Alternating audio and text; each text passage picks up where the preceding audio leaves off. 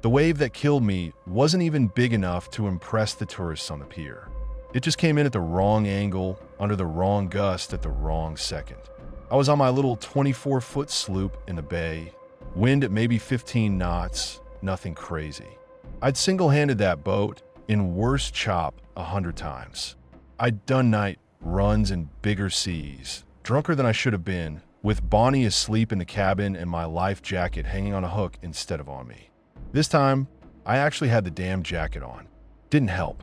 I remember the boom swinging.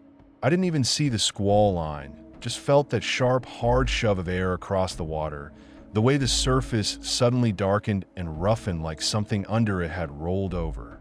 The main sheet shrieked. The boom came across faster than I could duck. There was a sound like someone hitting a melon with a hammer, and then everything else just tore open. I was falling, but not into the bay. Stars weren't overhead. They were below me, to the sides, behind my eyes. Currents of light twisted around me, spiraling like bioluminescent plankton caught in a whirlpool miles wide. Whole galaxies bent and curved, following some impossible tide, like everything in the universe was water and someone had pulled the plug. I didn't see my boat flip. I didn't feel cold bay water slam into my chest. I didn't choke. I just sank through the sky. Then, out of nowhere, I was back in my bed. I remember the scream ripping out of me before I even had a word to put on the fear. My throat hurt like I'd been yelling underwater for hours. It wasn't just the shock of being thrown overboard on a choppy bay or of looking up at some cosmic rip current made of stars. It was the way the scream kept going even after my brain recognized my bedroom ceiling. Because the room was wrong. It was perfect. I lived in a converted fisherman's loft above the marina. Old warped floorboards that always felt a bit tacky, no matter how much I mopped. The smell of salt and diesel and frying fish from the bar below creeping into everything. A damp patch in the corner from a leak I never fixed properly because I spent more time on the water than in that bed. Well, I woke up and had all the same objects. Same bed frame. Same chipped blue paint on the dresser. Same framed chart of the bay on the wall. But none of it had weight. The boards under my hand were smooth and completely dry. No grit, no splinter, no tiny give when I pressed. The air smelled like fresh laundry and the faintest trace of the sea, like a scented candle pretending to be a harbor. Too clean, too precise, not lived in, like someone had rebuilt my life out of brochure photos. Bonnie, I croaked. Her tags jingled before I saw her. That familiar, clumsy scramble of paws on the floor. My English Springer Spaniel came barreling around the side of the bed, tail wagging so hard her whole back and swayed. She looked exactly like Bonnie. White and liver coat, floppy ears, that stupid pink tongue lolling out. She shoved her nose into my hand like she always did when I'd been gone too long. "Hey, girl," I whispered, relief rushing me so hard it made me dizzy. And she looked up at me.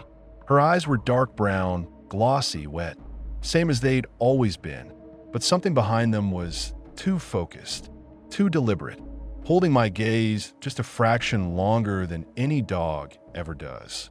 Like there was a person in there, letting the dog act wash over their face. I snatched my hand back before I knew I was doing it. Her tail didn't even pause. It just kept wagging at this perfect, steady rhythm. No hosetaschen, no little anxious hitch when I flinched. The kind of tail wag you'd see in a dog food commercial. My stomach turned. "Bonnie," I said, forcing a laugh that felt thin. "You're freaking me out." She cocked her head in that perfect, rehearsed way. Everything was perfect. I swung my legs out of bed. The floor was warm, which was wrong on its own. I should have felt cold coming up from the boards, that damp marina chill that never really leaves the wood. Instead, it was like someone had quietly installed underfloor heating overnight. A memory surfaced, inexorable as a rising tide. The boom, the stars, the feeling of falling without ever hitting water. Had I dreamt the accident? Was this the dream? I stood up too fast. The room swayed. For a second, it felt like I was back on the boat, like the loft was rocking under me, except there was no creak, no slap of waves against hull or pilings. Just silence. That was the worst part. No gulls outside. No halyards clinking against masts in the marina. No faint hum of the bait freezers downstairs. I walked into the little hallway, Bonnie trotting at my heels. Every step sank into this weird, soft warmth. No dust. No little squeaks from boards that had been complaining for decades. My hand brushed the wall. The paint felt fresh, slick. Not a single bubble or scratch. A thought slid into my head, uninvited and heavy. Maybe the bad dream isn't the thing with the boom. Maybe it's this. I stopped in front of the living room curtains. They were drawn tight, like they always were in the mornings before I made coffee and watched the boats go out. My fingers closed around the fabric. Before I could pull them open, someone knocked at my door. 3 dull knocks. Too measured to be a neighbor. Too soft to be the bar owner pounding because I hadn't paid my tab. Bonnie didn't bark. Her ears twitched once. Then she just sat, tail thumping that same steady beat against the floor. Yeah, I called, throat dry. Okay. I walked to the front door and opened it. Instead of the narrow, paint-flaking stairwell that led down past old fishing nets and a rusted anchor someone had nailed to the wall as decor, there was a corridor. Pristine, lit from nowhere. Smooth white walls that curved slightly, like I was inside a pipe. The floor looked like polished metal, but when I stepped onto it, it gave just the tiniest bit like thick rubber over something solid. It didn't smell like paint or dust or stale beer. It smelled faintly of ozone and the clean, sharp ghost of salt water. Standing there, about 6 feet away, was a man. Average height, average build, average face. If you asked me right now to describe him in detail, I couldn't. Brown hair? Maybe. Brown eyes, I think. Maybe he had a beard or stubble. Maybe not. Whatever he looked like, my memory slides off him like water off oil. He smiled. Not big, not menacing, just polite. "Hello, Finnegan," he said. His voice had that weird, nowhere accent TV anchors have. Too clear. No coastline in it. "I'm your guide." Guide, I repeated because my brain had latched onto that word and nothing else. He nodded once. The movement was so precise there was no wasted millimeter. There isn't a gentle version of this conversation. My tongue felt like a piece of dried salt cod stuck in my mouth. Conversation about what? Where the hell is my stairwell? He gestured past me at the apartment behind. When I turned, light detonated. It burst out of my living room, flooded past me like a wave, bounced off the corridor walls. It was white, but not like hospital white or fluorescent white. More like every color crushed together, so hard it turned blank. I squinted, raising an arm to shield my face. His hand closed around my wrist. The skin contact felt wrong in a way I couldn't immediately name. Room temperature, sure. Dry, but there was no texture to it. No little ridges, no bones shifting under skin. Just pressure. "Easy," he said, gently pushing my arm back down. "You can look." He turned me around, one hand light on my shoulder, and started walking me back into my living room. Bonnie stayed planted where she was, watching. Her tail never missed a beat. I think that was when I started to really panic. The curtains were gone. In their place, the whole wall was glass. Outside wasn't a marina. Outside wasn't even air. We were looking into water. Not bay water. Not green-brown, murky, full of bits of seaweed and plastic bags. This was clear. Staggeringly clear. It went on and on and on, pale turquoise fading to cobalt, fading to a blue so dark it was almost black. We were in some kind of enormous dome or cylinder. Not floating. Anchored. I could feel it in the way the floor hummed faintly under my bare feet. Like distant engines. Around us stretched a city. Not a city like streets and cars and traffic lights. More like a ring of structures clinging to the inside of a massive circular wall that rose up and up until I couldn't see the top. Everything was built out of large reddish blocks. Stone, I think, fitted together like someone had taken bricks from a desert temple and sunk them here. Between the blocks, something glittered. Jewels. Shells. Clumps of barnacles frozen mid-growth. The wall itself must have been 40, 50 feet high. Maybe more. It was like standing in the drain bowl of a dam and knowing the reservoir was pressing on the other side. Invisible, but heavy. At intervals around the circle were gates. Big, arched openings in the wall, barred with what looked like shining metal. The bars had that smooth, organic sheen you only see on polished pearl. Above each gate, proud as figureheads, rose a row of spikes. Sharp railheads, topped with something that rippled like cloth in a current. It took my eyes a few seconds to make sense of the movement, so I just looked away down. Between the structures inside the circle, where streets should have been, something like roads have been laid down. Not asphalt, not cobblestones. Long ribbons of metal the color of old coins, beaten smooth and flat. They caught the light in a way that made them look half liquid, the way sun flashes on calm water. They curved and branched and merged again, like a river system mapped onto the seabed. There were buildings, hundreds of them, 4 stories high, square white, brutal and simple, like ship superstructures stripped of all the piping and rust and life. They were stacked neatly along the roads with perfect spacing, no sagging balconies, no peeling paint. Through the windows, I saw not rooms. Some held what looked like ordinary apartments. Sofas, plants, family photos. Others held forests, full trees so dense the leaves pressed against the glass.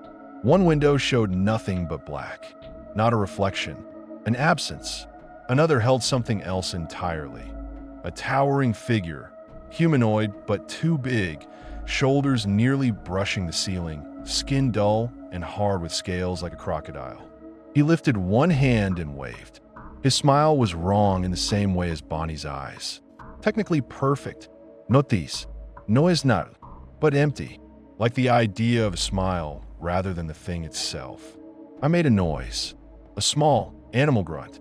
My knees wobbled. The warm, impossibly clean floor under me heaved in a way floor shouldn't. The man beside me caught my elbow before I fell. "Easy, Finnegan," he said again. "You're adjusting." Adjusting to what? My voice came out high, thin. My throat tasted like salt and metal, like I'd swallowed seawater and bitten my tongue at the same time. "What is this? Where is this?" He didn't answer straight away. His gaze moved, taking in the wall, the spiked gates, the neat rows of buildings. When his eyes passed over the rippling shapes above the gates, something flickered in them. Disgust? Pity? It was gone before I could pin it down. "You died," he said finally. Not dramatic, just stating the weather. "In the bay. The boom broke your skull. You inhaled a lot of water. Your heart stopped. The floor tilted again." I grabbed the edge of the window frame, fingers closing on smooth, absolutely spotless glass. "No," I said automatically. "No, I'm here. I feel." "You're between," he said. "Your body is. Still on your world. Still fighting. They dragged you out of the water. They're trying very hard not to let go. But your soul came here. All souls do." He gestured with his chin toward the city. Every species, every ocean, every world with life in it. You're standing in your own enclave. Your own harbor, you might say. You're telling me this is heaven. The word tasted weird in my mouth. I've never even been properly religious. Closest thing I had to a ritual was tapping the bulkhead twice before a dive. "You can call it that," he said. "Others call it the deep rest, the still water, Elysium. It doesn't matter." He shifted his weight, hands folded loosely in front of him. "What matters is that it is where the righteous end up, regardless of what they believed back on the surface." "I don't believe in anything," I snapped. Bonnie's tags jingled behind me as she sat, exactly centered on the rug, exactly straight, ears exactly even. "Belief is irrelevant," the man said. "You didn't kill. You didn't torture. You didn't drown anyone. You tried, in your small, clumsy way, to help more than you hurt. That is enough." Outside the glass, something huge and pale slid past far above, just beyond the dome. Not a whale. Too slow. Too long. It moved like a piece of the wall itself had come loose and drifted by. I swallowed, throat tight. And you're what? An angel. He made a face, almost like amusement. Guide is close enough for your language. I'm here to orient you, explain how things work, help you settle into your assigned perfection. Perfection, I repeated, tasting it the same way I'd tasted Guide. This is my heaven. He nodded, and his gaze flicked toward one of the white buildings. I followed it. One of the windows showed my loft, exactly as I remembered it before they cleaned it up. Messy, lived in. Chart on the wall. Jacket on the hook. Coffee mug with a ring of dried brown on the table. My chest squeezed. I don't want some fake version of my life. I want my boat. I want the bay. You will have your boat, he said. Your bay. Your dog. Everything you loved, without pain, without loss, without the boredom of waiting out bad weather. He turned his head to look at me properly. His eyes were a very ordinary brown. They still managed to make me feel like I was standing on the edge of a drop-off. No storms, no broken rigging, no slow rod, no unexpected gust to catch you behind the ear. I flinched. He smiled, very small. You will understand the gift in time. Something tugged at my attention. Not inside the dome. Beyond it. Outside the wall. The gates. The space beyond them wasn't turquoise or blue. It was blank. The color of deep trench water at night, but without the faint shimmer of plankton or the shifting glow of anything alive. No shafts of light from above. No up, no down. Just black. Not empty, though. The way you can tell when you're swimming over a drop. Even with your eyes closed, how the sound of your kicks changes and the water under you feels like a mouth. That was what looking at that black felt like. My guts drew up. Every instinct I'd trained over years on the water whispered, don't fall in. There's something out there, I said. My voice shook. In that dark. What is that? The deep. He followed my gaze. The polite, average face flattened out into something unreadable. People from your world, he said slowly, have used many words. The pit, the abyss, hell. He tilted his head, considering. That last one is close enough. I shed. The syllable felt childish, like I was 6 and my grandmother was telling me not to swear. As in burning brimstone and devils poking you with pitchforks. There's no fire down here, he said. Just depth. The way he said it made cold sweat bead along my back. I looked back at the black beyond the gates. I've been trying not to stare at those rippling shapes on the spikes, because every time I let my eyes linger on them, I felt my stomach lurch. I couldn't help it now. They weren't flags. They weren't cloth. They were bodies, flayed thin by pressure and time. Stretched. Each spike in that row above the gate had run through a rib cage. Limbs hung down like strands of kelp, some missing pieces, some twisted at wrong angles. Faces, or what might have once been faces, were turned toward the dome.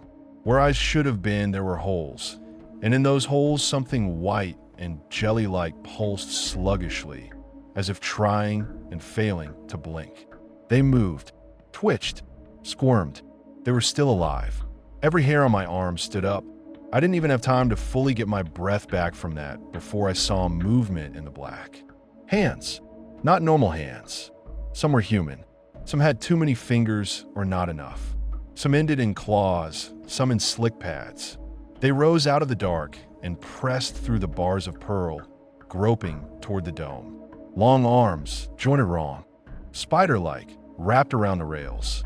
Something with chitinous legs, like a crab, scuttled up the outside of the gate and clung there, mandibles clicking. No sound reached us.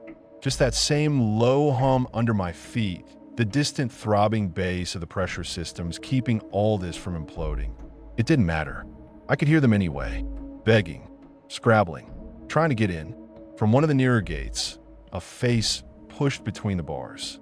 It was humanoid, but hairless, skin gray with the strange smoothness of something that's been underwater too long. Its lips peeled back from stained teeth as it shouted something I couldn't hear. I staggered back from the glass. My bare heel hit the rug. I would have fallen if the guide hadn't caught me. You said this was heaven, I hissed. You said this was for the good ones. And it is. His fingers tightened around my arm for the briefest moment, then relaxed. They're not meant to be here. A scream cut through the silence behind us. Not from outside, from inside the dome. Hi, raw, human. No, no, no, no. Let me out. Let me die. The guide and I both turned. Down along one of those shining metal roads. Between two of the white buildings, a woman was running.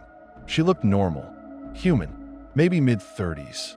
Dark hair flying, wearing the kind of soft, nondescript clothes you see in hospital recovery wards. Bare feet slapping on the metal. Her eyes were wild, rimmed red.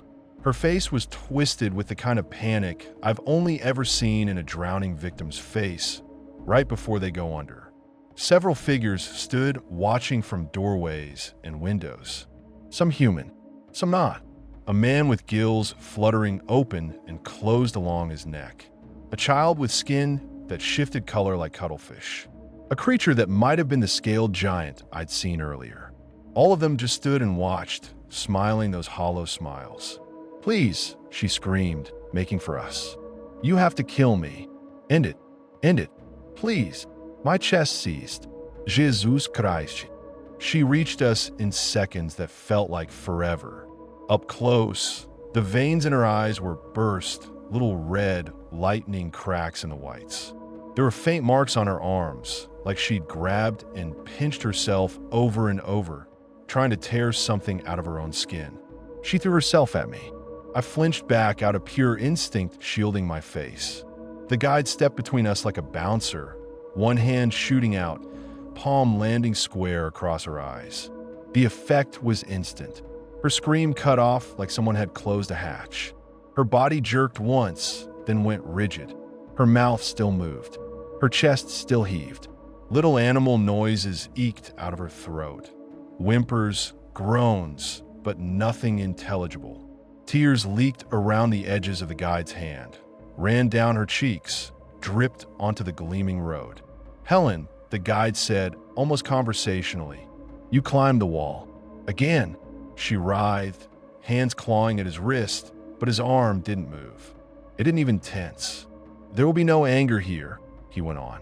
"No grief, no boredom, no disobedience.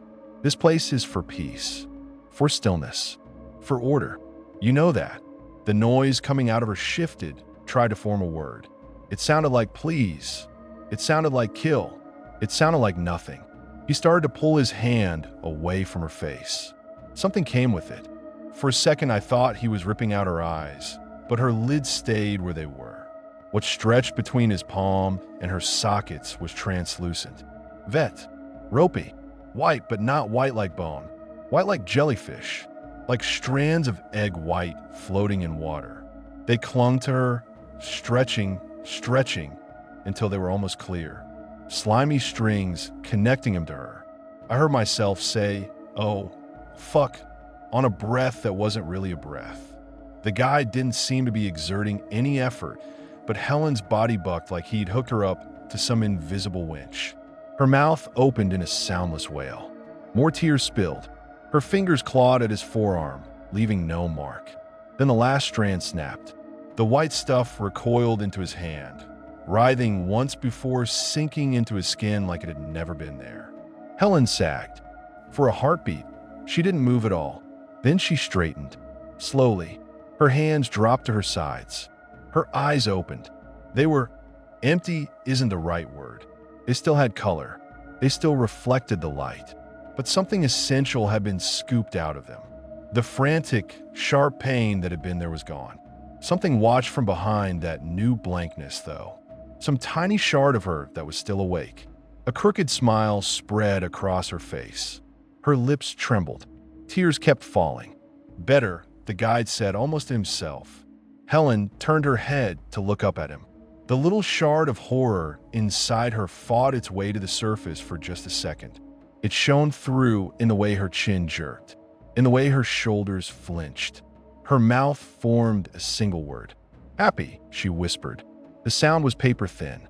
"Yes," the guide said. "Happy." Behind us, from the direction of the gate, someone roared.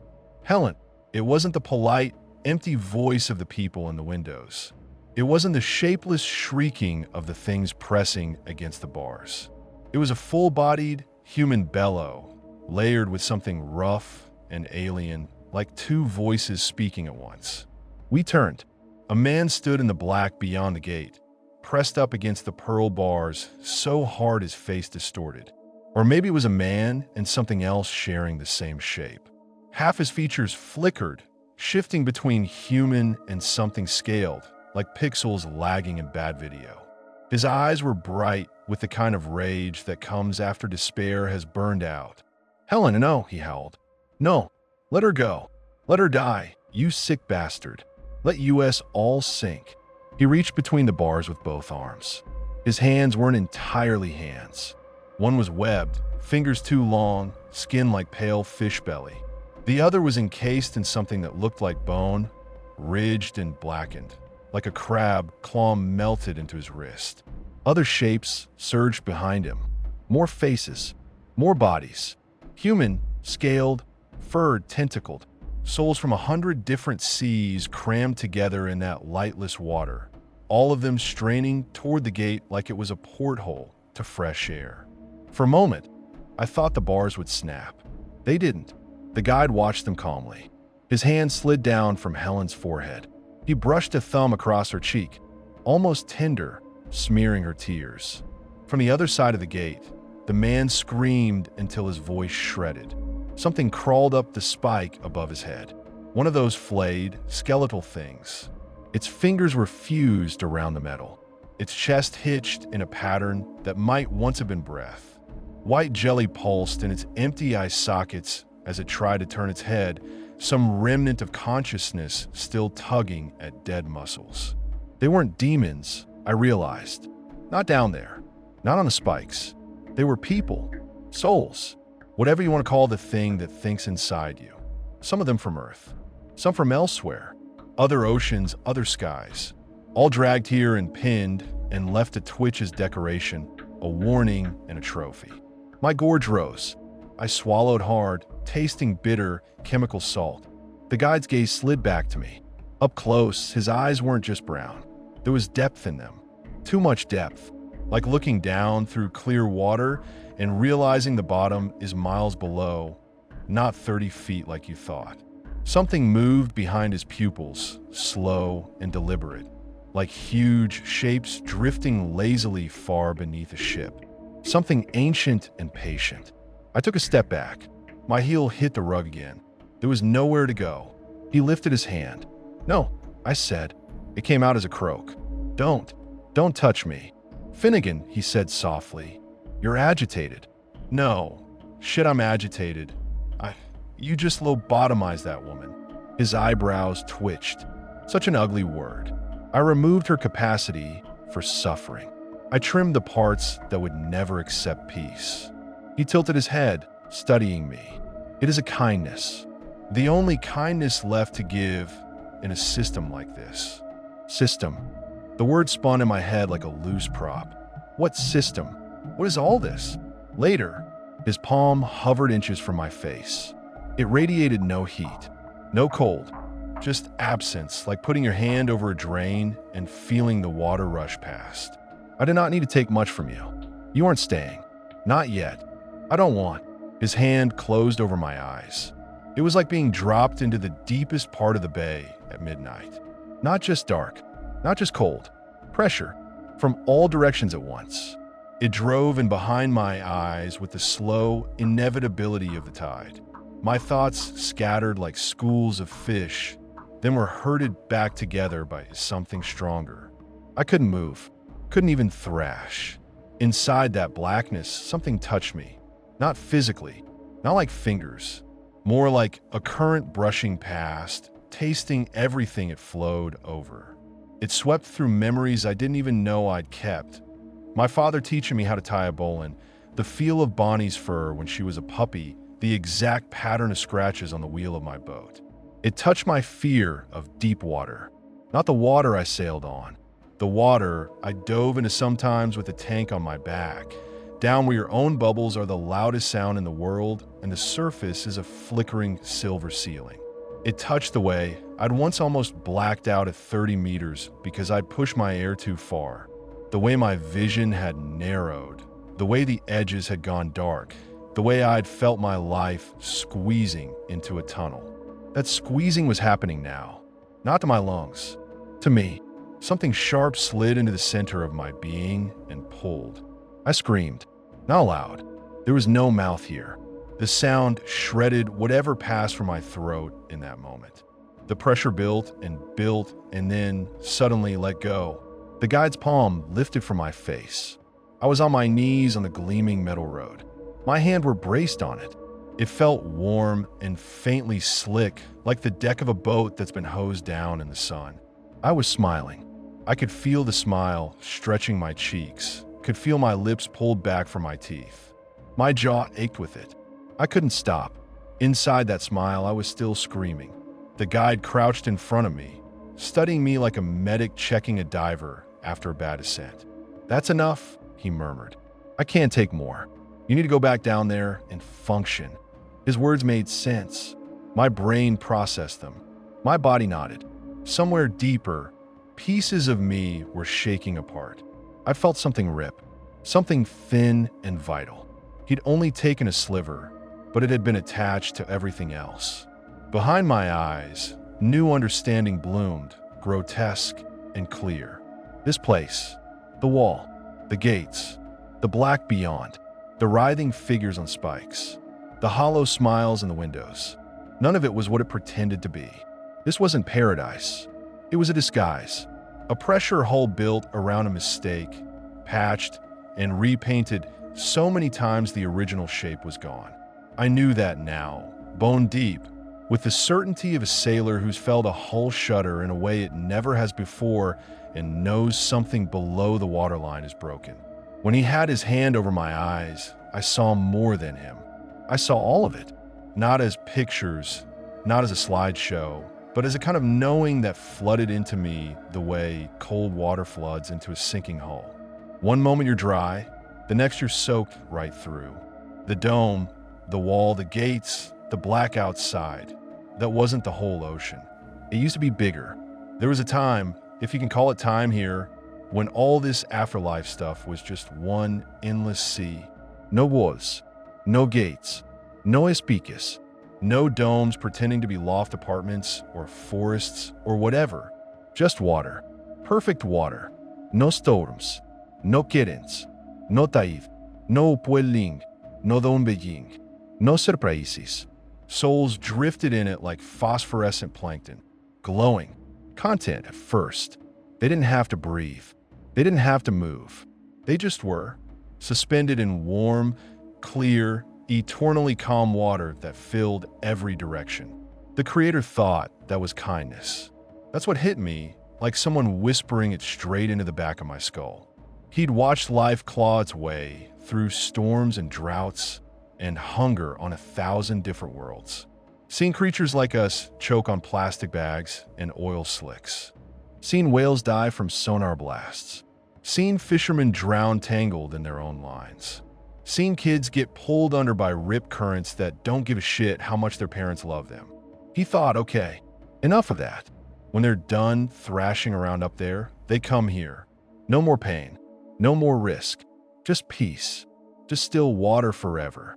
He didn't understand that life is only bearable because it ends. People started going mad. Not all at once. Slowly. Quietly. A soul here, a soul there, losing its mind in the silence.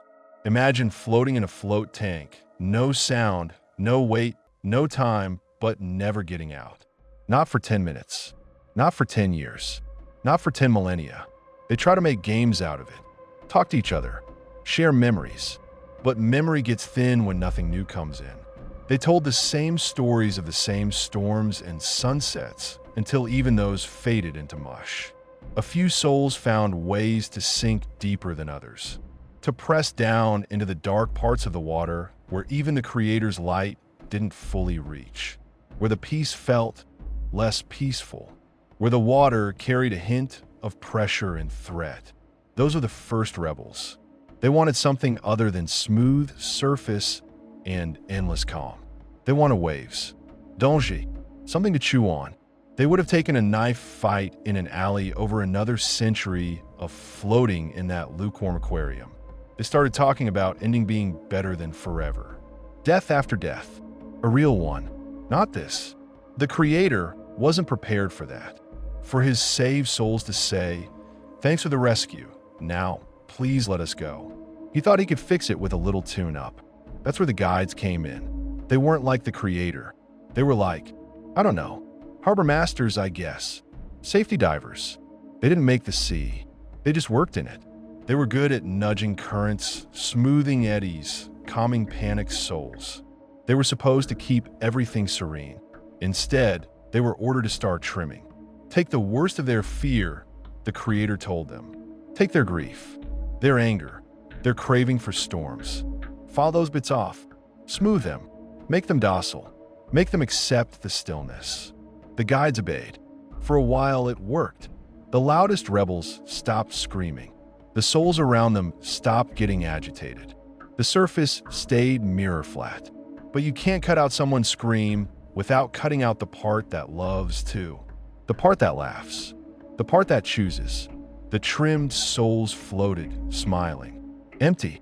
And under that thin plastic happiness, tiny fragments of them still felt would have been taken. Those bits went insane. The others watched. They saw their friends and lovers turned into beaming, compliant ghosts in the water. They realized what the guides were actually doing. That's when the revolt really started. They attacked, not with fists, with will, with raw, collective refusal. Imagine every wave on every ocean deciding at once that it's not going to lie flat, that it's going to stand up and smash the harbor wall instead. The sea of souls rose. They tore at the guides, at their light, at their control.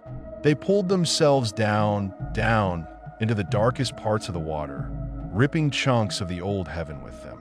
The still water shattered. Light went out in whole regions.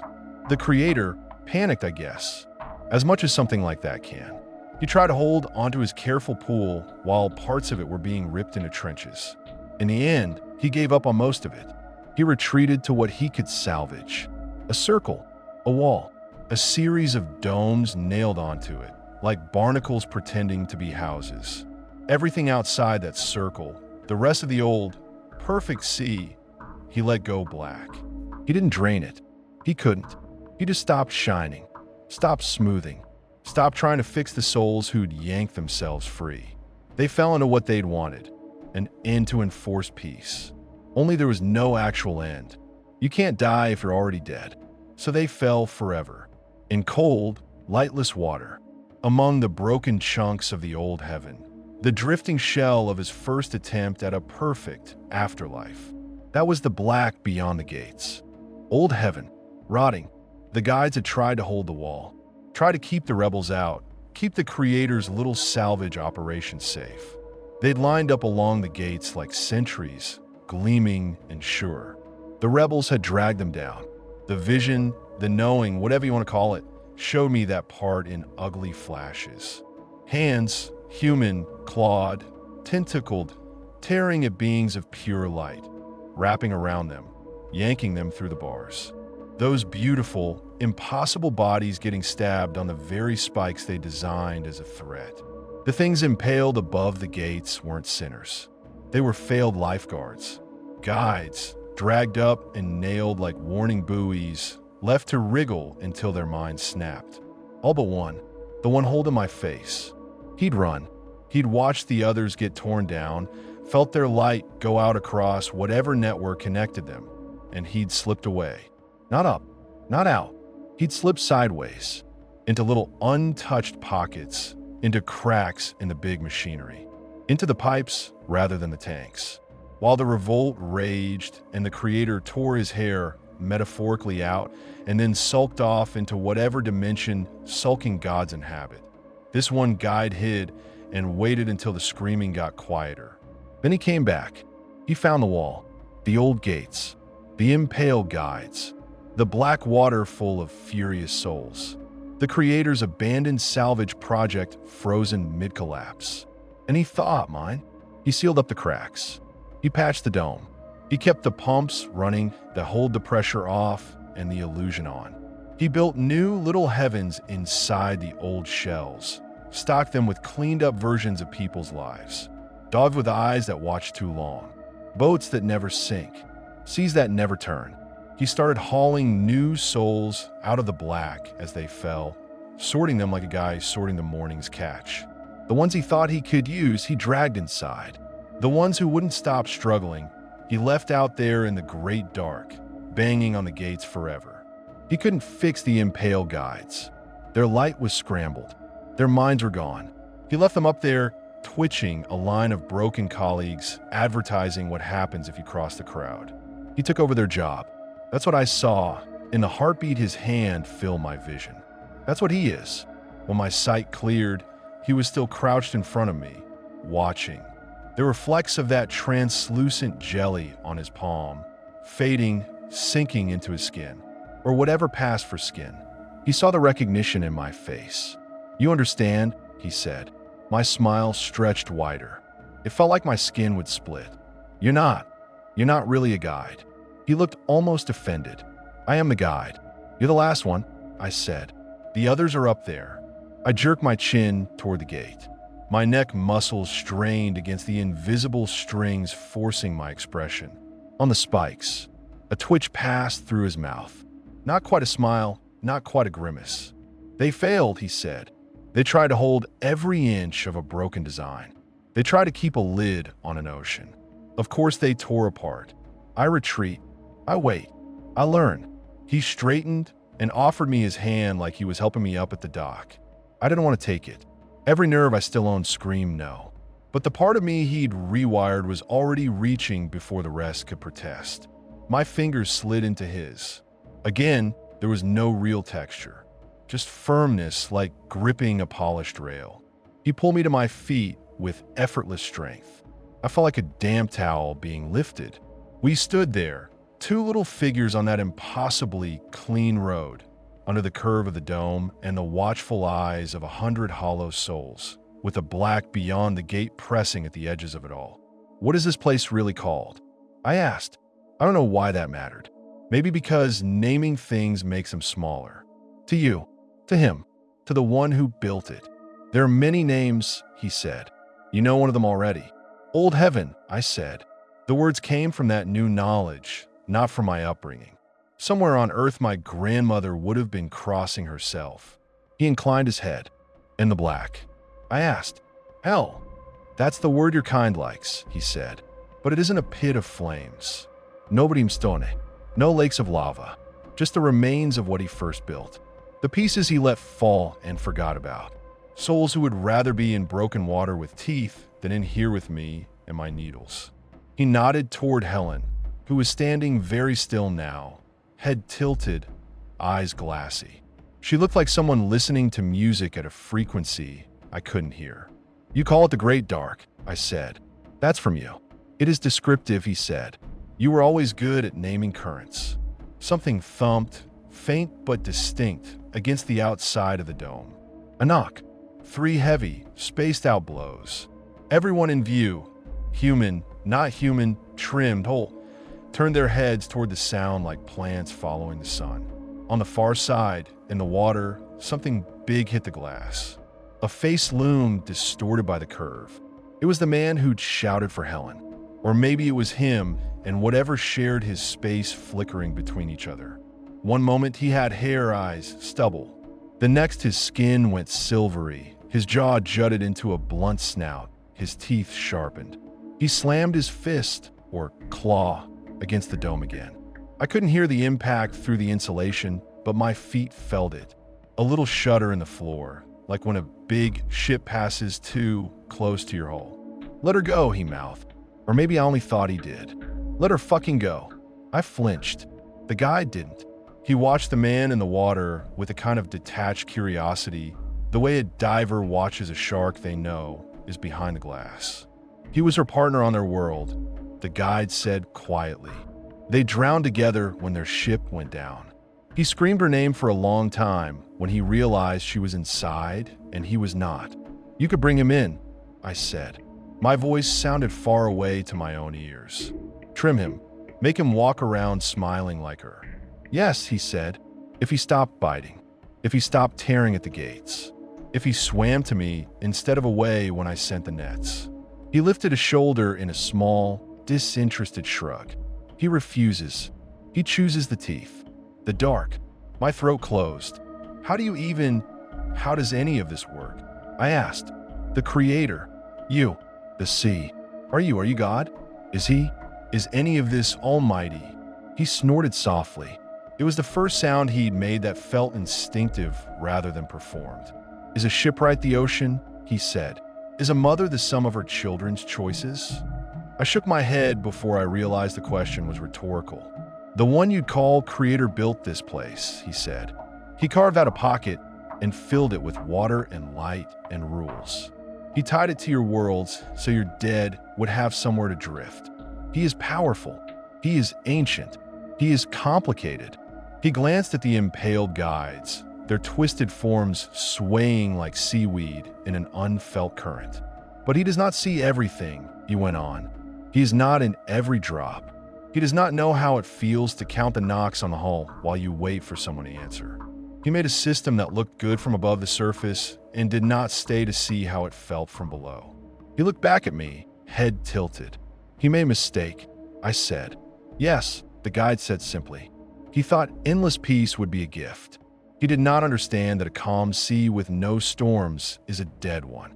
He did not understand that sailors miss the waves, even when those waves drown them. He did not understand that endings give meaning to the days before them. And you? I asked. Do you understand? He hesitated, just for a breath. I understand better than he does, he said. I have seen what the great dark does to those who choose it. I have seen what the old calm did to those who did not. So you decided to what? Split the difference. I said. My jaw still ached with a forced smile. Drug us instead of drown us. He frowned. Words like drug and lobotomize are your world words. They carry crude pictures. I am fine-tuning. He tapped his temple. Your species trims coral reefs and calls it gardening. You cut away diseased flesh to save the patient. You throw back fish too small to eat. I'm doing what you do. I'm managing stock. My stomach crawled. You're not managing fish, I said. You're managing people. You are all currents, he said. The distinction is emotional. He looked at Helen again. She turned away from us and was walking back down the road, steps even and calm, shoulders loose. As she passed one of the other souls, a man I vaguely recognized as the scaled giant I'd seen through the window, they shared a little nod and the kind of smile you give a friend at the office. Her eyes shone. There was nothing behind them. Do you see her screaming? The guide asked me softly. Do you see her clawing at the ceiling? Do you see her hurling herself against the wall until her bones shatter? No. She walks. She smiles. She will never feel panic like that again. She will never feel anything like anything again, I said. Exactly, he said. Is that not merciful? A silence settled between us. Not the comfortable kind. The kind you get in a pressure chamber when you realize the gauge isn't rising. What happens, I said, if she begs again? If she pushes you too far? If she climbs the wall one more time? He looked back out at the black. Then she goes over, he said. Out there. With him. With them. He nodded toward the man pounding on the glass, whose fists had slowed now, whose shoulders shook with a different kind of sobbing effort. There are only two places remaining, the harbor or the ocean. He turned back to me. And you need to choose, he said. Not now. Not today. You're being sent back. The line between your body and here is not fully cut. I swallowed. My throat felt raw, like I've been coughing up bay water for hours. What if I don't want either? I asked. What if I want to just end? No harbor, no ocean, just nothing. He cocked his head. There is no nothing, he said. There is only here. The calm inside or the dark outside. That is the shape of the mistake. Something in my chest broke at that. A little hope I hadn't realized I was clutching. That death was a release valve, not just another compartment filling. One of the impaled guides twitched, a shudder running through their ruined form. A bubble the size of a car floated up from the black past them, hit the underside of the dome, flattened, slid along it, and dissipated. The guide lifted his hand again. "Don't," I whispered. My voice cracked outright. "Please don't touch me again."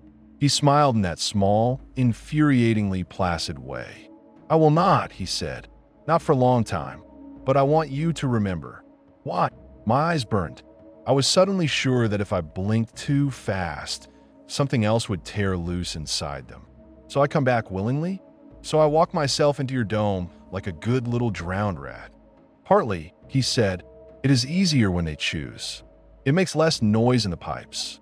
His eyes darkened, and for a heartbeat I saw straight through them. "Down, down." And partly because I'm tired, Finnegan. Tired of fixing the same leak a million times. Tired of smiling into faces that will forget everything they ever were. Tired of being called monster by those who would rather chew their own souls raw in the great dark than accept the calm. His voice dropped, barely above a murmur. "Perhaps," he said, "if enough of you remember, you will find a way to do what he could not." "Fix it," I said. "You're asking me to fix your goddamn afterlife." He laughed then, a short, humorless bark that echoed strangely in the dome. "You will not," he said. "You will be one more sailor pulled under by his own keel. You will curse my name. You will tell others of what you saw, and they will call it a drowning hallucination. It changes nothing. Then what's the point?" I asked. He looked up at the impaled guides, their limbs twitching against the spikes. "Maybe I still hope," he said. "Or maybe I'm just cruel. Hard to tell." He took a step closer. "This world of yours, with its bays and nets and rusting hulls," he said quietly. "It taught you something about water, about fear, about pressure. You're a useful shape of mind. You will preach my existence even as you hate me. That has value." He extended his right hand. "Thank me," he said. It wasn't a request. My body moved before I could decide. I dropped to one knee, like some medieval knight in front of king, and bowed my head. His hand hovered inches above my face. Somewhere inside, beneath everything he'd cut and rewired, I was fighting, kicking, trying to roll away like a man tangled in line at the stern. It did nothing. My muscles were just rope he held. I lifted his hand and pressed my lips to it. The moment my mouth touched his skin, something slammed through me. Not lightning, not fire, a rush, like the first blast of icy water when you jump from a hot deck in a cold sea, but times 1,000. It ripped up through my jaw and into my skull, filled my head with roaring. If the hand on my eyes had been pressure, this was suction. It pulled at everything inside me, drawing out every instinctive terror I'd ever had of the deep. The time my mask flooded at 20 meters, the time my regulator slipped, the time the visibility dropped from 10 feet to 0, and I realized I drifted under an overhang I hadn't noticed. People talk about their life flashing before their eyes. This was my deaths. All the ways the ocean could have killed me, all the times it almost had, all condensed into one choking, endless moment. I tasted bilge and decay and salt and rust. The taste of drowned engines and old anchors and ships whose names no one remembers anymore. The taste of metal so corroded it's half water now. My spine locked. My fingers clawed at the road. Somewhere far away, my knees hit it again. I would have puked if I'd had a stomach. Inside the roar, a thought whispered that wasn't mine. Remember. Then it receded, like a wave drawing back from shore. His hand left my lips. I toppled forward, catching myself on my palms. My whole body shook. My skin crawled like I'd rolled in eels. "Bless you, child," the guide said above me. His voice was calm again, controlled. "You will see me again. You will sail into my harbor, or you will sink into my ocean. Those are the only two charts left." I tried to speak. Try to say fuck you. Try to say I'll swim till I dissolve before I let you smile me empty. What came out was, "Thank you." He put the words in my mouth as easily as he'd put the kiss on his hand. "Good," he murmured. His fingers brushed my hair like he was smoothing back curls on a sleeping kid. The gesture made Ball burn my throat.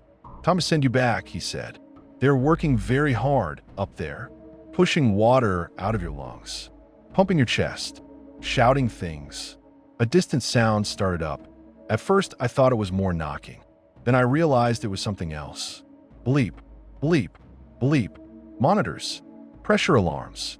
The dome around us dimmed. The light withdrew, peeling away from the glass, leaving only the underlying structure.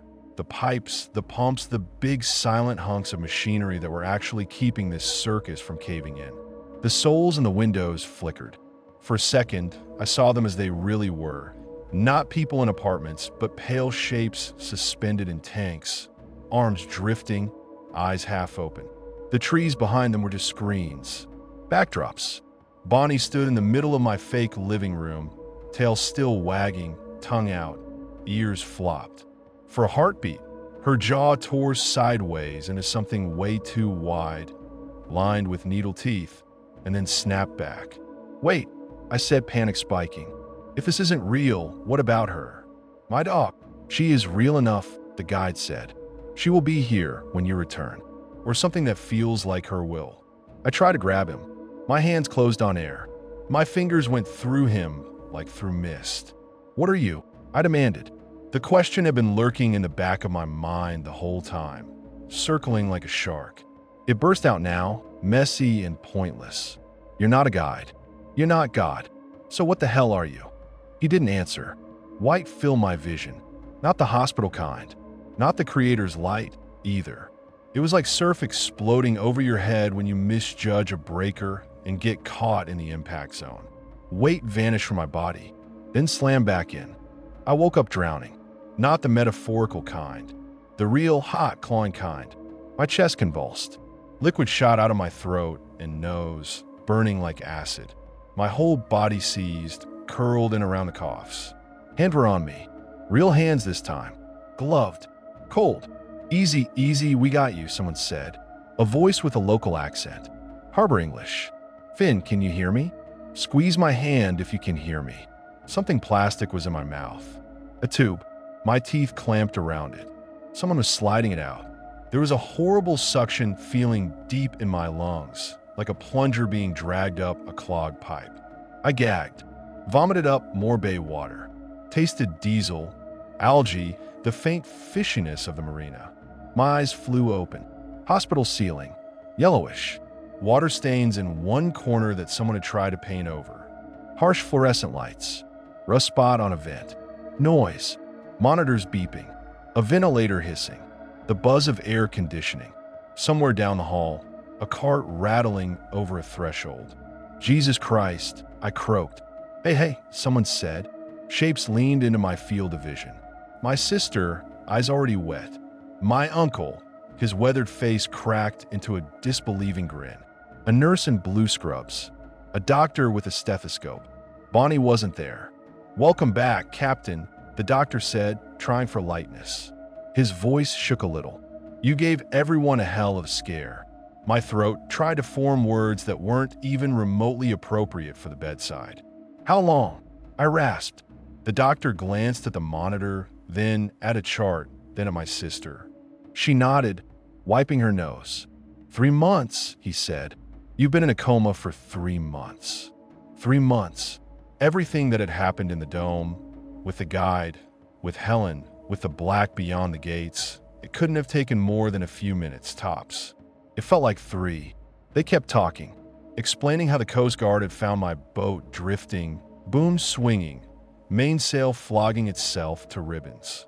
How a tourist on the pier had seen me go over and called it in. How they dragged me out blue and limp, no pulse. How the paramedic had done compressions for 20 minutes on the deck of the rescue boat, while his partner bagged air into me and my ribs cracked under his hands. How I'd been technically dead for more than 10 minutes before they got a heartbeat back. They told me about hypoxic brain injury, like it was a storm I'd ridden out. Probabilities, possible deficits. They said words like miracle and lucky and tough bastard. I listened. I nodded. I squeezed my sister's hand when she told me Bonnie was at her place, that she'd been sleeping on my old jacket the whole time. I didn't say, "I've seen her here. I've watched her tail wag too evenly."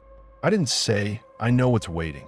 The first night in the hospital, I woke up 3 times thinking I was back in the dome. The beeping monitors became sonar pings. The hiss of oxygen became the sigh of pumps pushing water around. The soft patter of rain against the window became that hollow knocking on the glass. Every time a nurse opened the door, for a split second, I expected to see that white corridor instead of the ICU hallway. Every time I closed my eyes, I saw the gate. Eventually, they moved me to a step-down unit, then a regular room, then home. The home that was still my loft, the real one, with damp floorboards and scuffed walls and the smell of old fish and salt embedded in everything. The first thing I did when my sister dropped me off was grab a hammer and a roll of duct tape and cover the living room window with plywood. She thought it was about the accident, trauma, flashbacks of going overboard. She hugged me and told me it was okay if I didn't want to look at the bay for a while. I didn't correct her. Bonnie launched herself at me as soon as I sat down.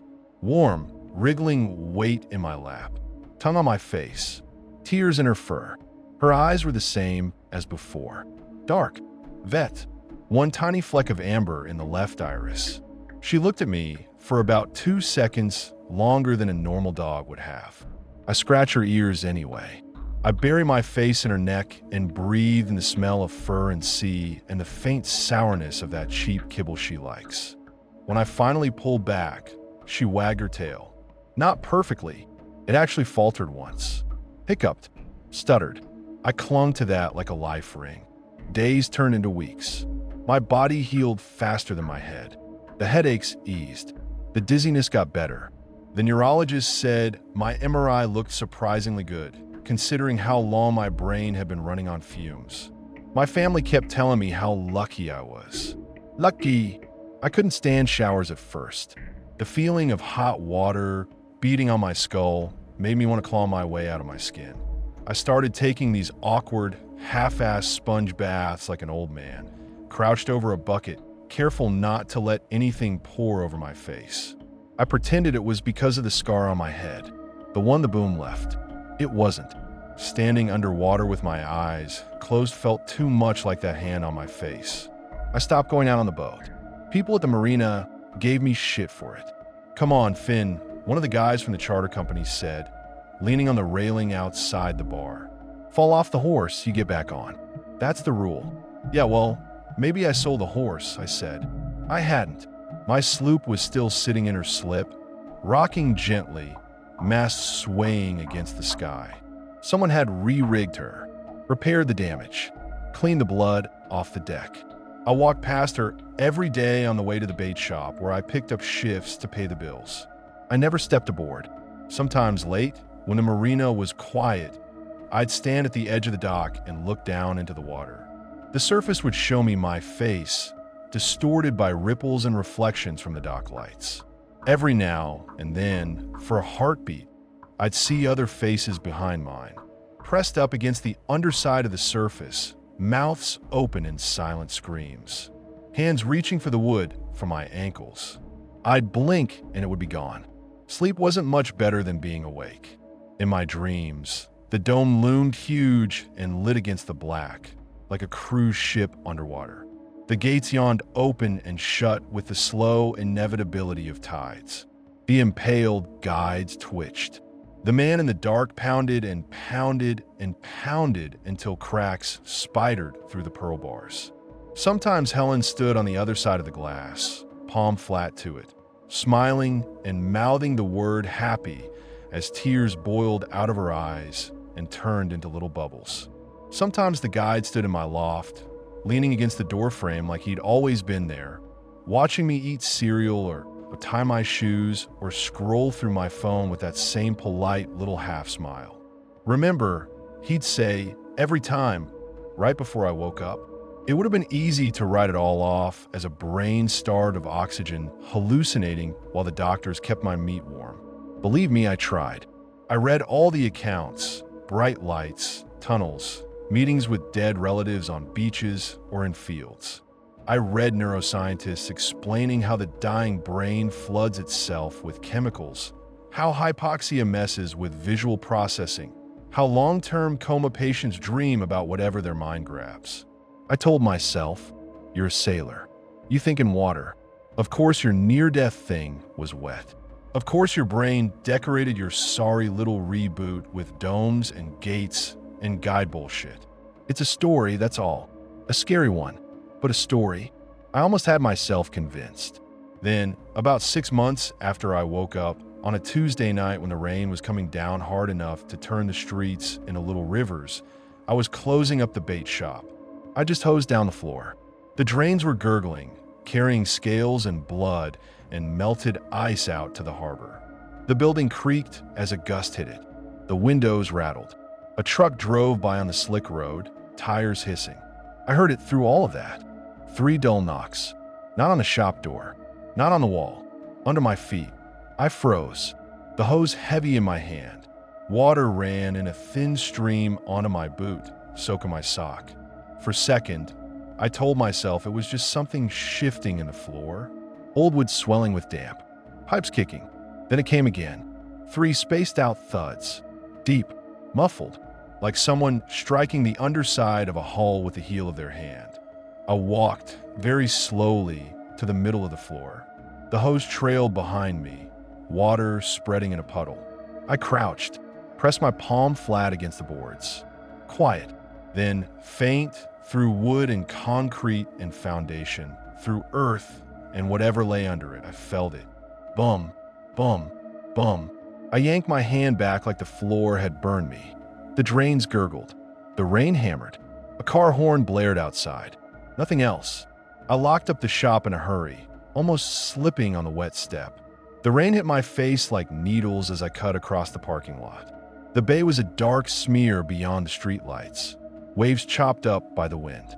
I didn't look at it. I didn't look at my boat. I walked fast up the stairs to my loft, heart thudding. Bonnie met me at the door, tail a little uneven, eyes bright. I grabbed her head in both hands and looked in her face until she squirmed. "Do you remember?" I asked. She licked my chin. Maybe she does. Maybe she doesn't.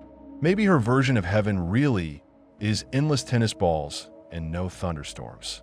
I put a bowl under the leak in the corner of the ceiling and stood for a while listening to the drip. 1, 2, 3. Slow and steady like something counting. You can tell yourself it was all neurons misfiring. That the guide is a patchwork bogeyman my brain built out of fear of drowning and too many old sailor stories. That the black beyond the gates is just the part of my visual cortex that handles edges, going haywire. You can tell yourself that when you die, you'll get the good version. The field of flowers. The reunion with your grandma. The endless blue sky. Maybe you will. Maybe your mind will paint over the pipes and pumps and tanks, and you'll never see what's behind the wallpaper. Maybe you'll walk smiling along your own perfect road, lobotomized in ways that feel like relief. Or maybe you'll wake up in a place a lot like this. A bay-shaped dome, a wall lined with spikes, gates that open onto an old, broken sea full of souls who would rather rip themselves to shreds in the dark water than let someone trim their edges. Maybe you'll meet a very average man with very average features and eyes that go on forever, who tells you faith doesn't matter and choices do, and then takes away just enough of your choices to make sure you don't cause him trouble. Maybe you'll get to pick between his harbor and his ocean. I don't have any comforting ending for you. No need moral. No, live your life well and you'll be fine. I live mine okay. Not saintly. Not monstrous. I pay my mooring fees on time. I helped idiots who took rental kayaks out in small craft advisories. I fished responsibly. I love my damn dog. I still ended up in his dome. I don't know which scares me more now when I think about the other side of my last breath. The idea of sinking into that lightless water full of screaming souls, or the thought of waking up smiling in a harbor that never storms, with a hand I can't refuse waiting to pat my head and tell me I'm fixed. I used to think drowning would be the worst way to go. Now I know better. Drowning is nothing. It's just the way you get there. Heaven has turned into something else under all that pressure. And whatever name you give it, heaven, the deep rest, the still water, once you've seen the wall and the gates and what's nailed above them, Once you've felt his fingers over your eyes and his skin against your mouth, you can't call anything but what it is. Hell,